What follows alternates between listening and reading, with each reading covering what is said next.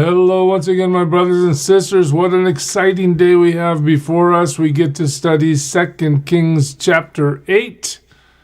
And really, this tells a story, but underneath the story, as in so many narratives in the Bible, there's a principle or two that are running right through it if you know what to look for. And one of the things we're going to see today is that God's promise to David to keep this kingship of David as an eternal event.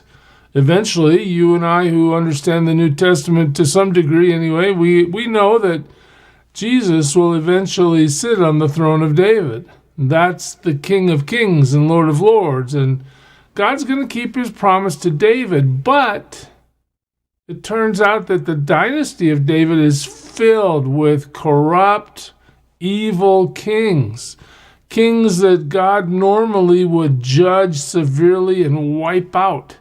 But God shows godly restraint. Why? Because his promise to David causes him to just keep his judgment hand at bay. He doesn't bring the judgment that he normally would because the promise is more important than the judging of those who are doing such evil. What that tells us is two things. One is God always keeps his promise, but two, just because you're living your life and you're getting away with whatever evil you may be doing in your life, and you don't receive the judgment of God, don't assume that God isn't paying attention. Maybe God has a higher purpose. He's allowing the evil to happen for a time. Well, we'll see that further into this story as we move forward. Look at 2 Kings 8 with me. Now Elisha, remember he's the prophet that has received the mantle from Elijah. Elisha had said to the woman whose son he had restored to life, remember that happened in chapter 4, the Shunammite woman, go away with your family and stay for a while wherever you can, because the Lord has decreed a famine in the land that will last 7 years. So what's happening? God is going to remove the blessing of plentiful food from the land. There will be a famine. Elisha understands what God's going to do, and Elisha not only has raised this lady's son back to life, but now he's protecting her by telling her what to do to get through the famine. The woman proceeded to do as the man of God said. She and her family went away and stayed in the land of the Philistines for 7 years. All right, so message given, message received and obeyed. At the end of 7 years, she came back from the land of the Philistines and went to the king to beg for her house and the land. So now she's been gone 7 years. Who has my land? Who's living in my house? King, you need to restore me to where I was. Now, verse 4 has a little problem for us. The king was talking to Gehazi. You remember Gehazi? He was the assistant of Elisha. He became leprous when God judged him for his deceitful betrayal of Elisha. All right, well, in the end, now here he's talking to the king. Well, we know that kings won't be in the presence of lepers. What's happening here? Well, most likely in chapter 8, we're not being told a chronological event. We're being told an event that happened back before chapter 5. Nonetheless, it's put in here to make the point that it makes. Let's look at this. The king was talking to Gehazi, the servant of the man of God, and had said, tell me about all the great things Elisha has done. So the king is unaware and not informed about the power that God has exerted through the life of Elisha. Just as Gehazi was telling the king how Elisha had restored the dead to life, the woman whose son Elisha had brought back to life came to beg the king for her house and land. And Gehazi said, this is the woman, my lord the king, and this is her son whom Elisha restored to life. So you want to know about what the prophet has done? Well, how about raising somebody from the dead? That's a godly miracle for sure. All right, well, the king's paying attention. The king asked the woman about it, and she told him. Then he assigned an official to her case and said to him, "Give back everything that belonged to her, including all the income from her land from the day she left the country until now." So isn't that amazing? God restores this woman, this Shunammite, that has been so kind to Elisha. She is completely restored. She's saved from the famine. She's restored with all the income she lost while she was gone, and her land and all her possessions. God takes care of the people that love him and follow him. That's amazing. Okay, well, 7, Elisha went to Damascus. We're turning the page here. What's happening? And Ben-Hadad, king of Aram, was ill. Remember, Ben-Hadad has been causing trouble for the northern kingdom for quite a while now. When the king was told, the man of God has come all the way up here. So now Ben-Hadad is ready to listen to Elisha. He said to Hazael, that's his servant, or it turns out to be his successor, but we don't know that yet. "Take a gift with you and go meet the man of God. Consult the Lord through him." So this evil Ben-Hadad understands that Elisha is able to talk to the God of gods, not those pagan gods that he's been serving. Instead, let's talk to the Lord of Lords. Consult the Lord through him. Ask him, "Will I recover from this illness?" That's the question. Okay, well, listen to this. Hazael went to Elisha, taking with him as a gift 40 camel loads of all the finest wares of Damascus. Well, so, let's try to bribe the prophet to get the right answer.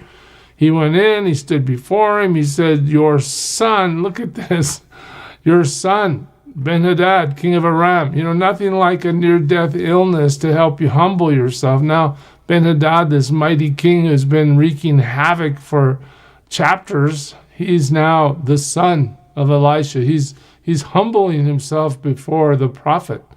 "Your son Ben-Hadad, king of Aram, has sent me to ask, will I recover from this illness?" Listen to this answer. Elisha answered, "Go and say to him, you will certainly recover." Oh, well, that's good news, isn't it? But look what the text tells us. "But the Lord has revealed to me that he will in fact die. Tell him he's going to recover, but I know he's a dead man walking. He's so sick he's not going to recover."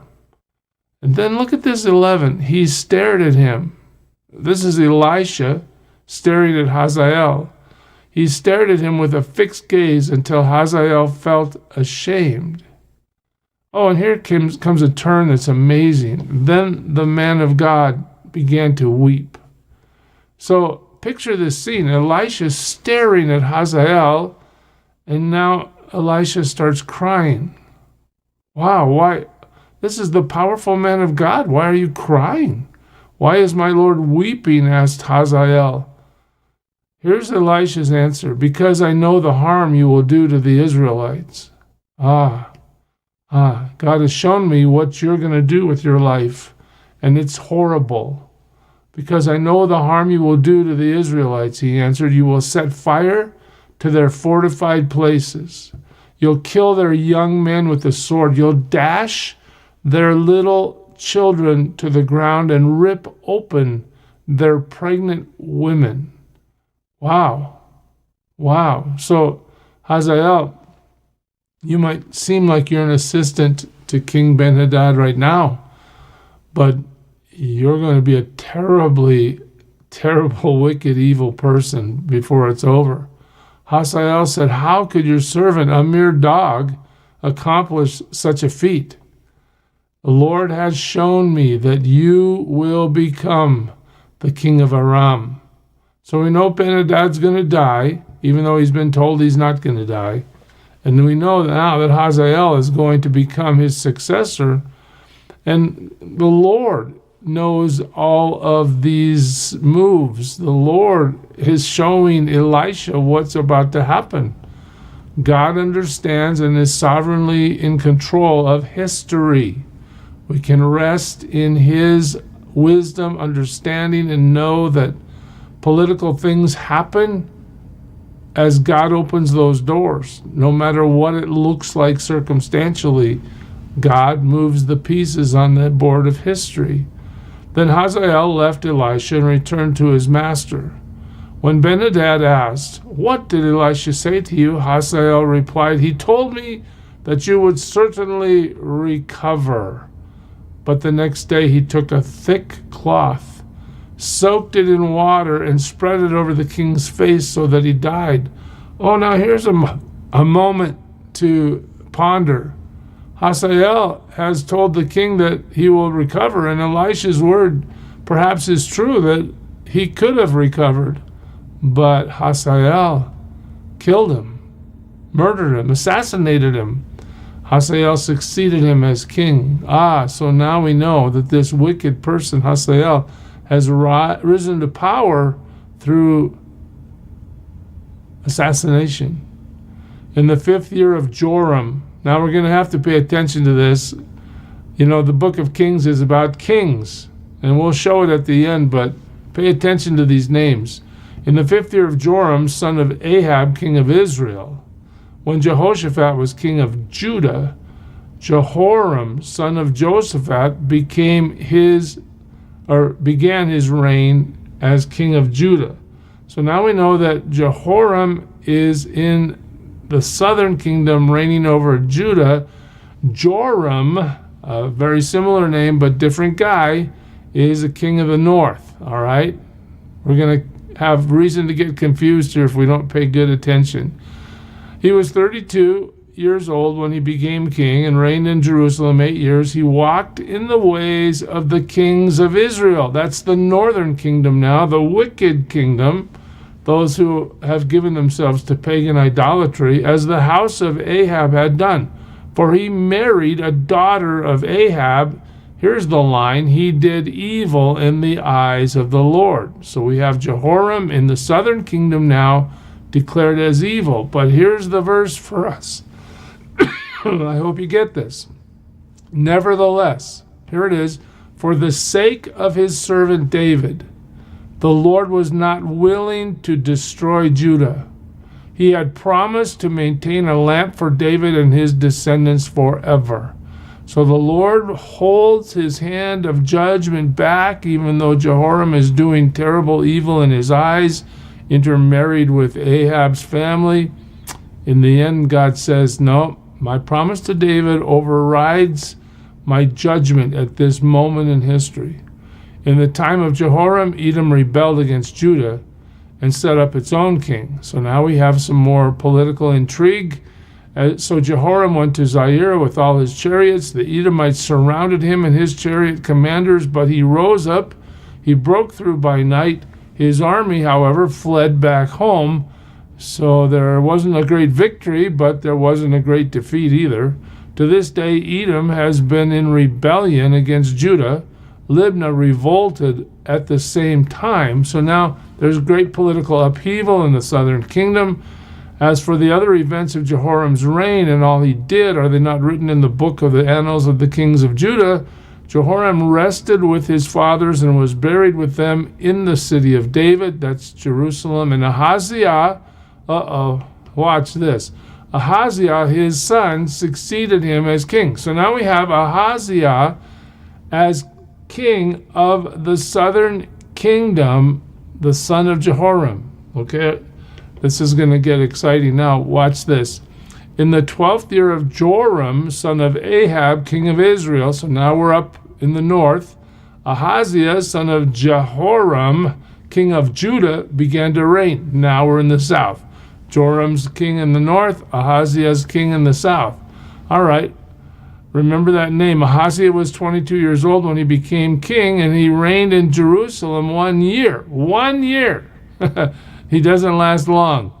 But notice what the text tells us. His mother's name was Athaliah, a granddaughter of Omri, king of Israel. This may play into a significant thing as time moves forward. He walked in the ways of the house of Ahab and did evil in the eyes of the Lord. There it is again. As the house of Ahab had done. for he was related by marriage to Ahab's family. Ahaziah went with Joram, son of Ahab, to war against Hazael, king of Aram, at Ramoth Gilead. The Arameans wounded Joram. All right. So King Joram returned to Jezreel to recover from the wounds the Arameans had inflicted on him at Ramoth in his battle with Hazael, king of Aram. Then Ahaziah, son of Joram, king of Judah, went down to Jezreel to see Joram, son of Ahab, because he had been wounded. So just to try to cover some of this confusion here, let's go back to the chart we did so long ago. On the northern side, you see all the kings, and all of them have basically turned out to be evil. Ahab was the last one when we stopped the chart. Southern kingdom, there are two guys, Asa and Jehoshaphat, that seem to be able to do what God wants.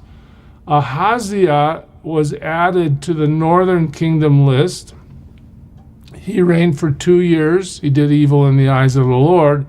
Joram reigned for 12 years. Again, he did evil in the eyes of the Lord. So the northern kingdom, the line of kings, is totally corrupt. Get to the southern kingdom, Jehoram, not Joram, he reigned 8 years and he did evil in the eyes of the Lord. And then we have this new guy, Ahaziah. Notice that there's an Ahaziah on both sides, the northern and the southern kingdom. We will unpack that as the text allows as we move forward. What do we learn today? God will bypass evil in certain circumstances to fulfill his promise. And if we are living in an evil way and not receiving the judgment of God, thinking that everything is fine, we need to think again. God is paying full attention, and he never forgets. Serve him well today, church. God bless you. Who is it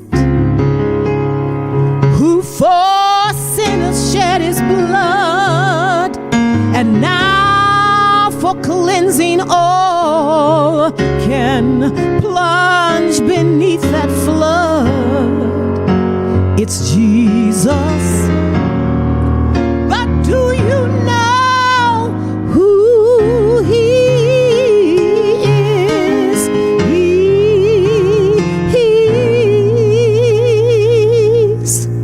the image of the invisible God, and he's the brightness of his glory,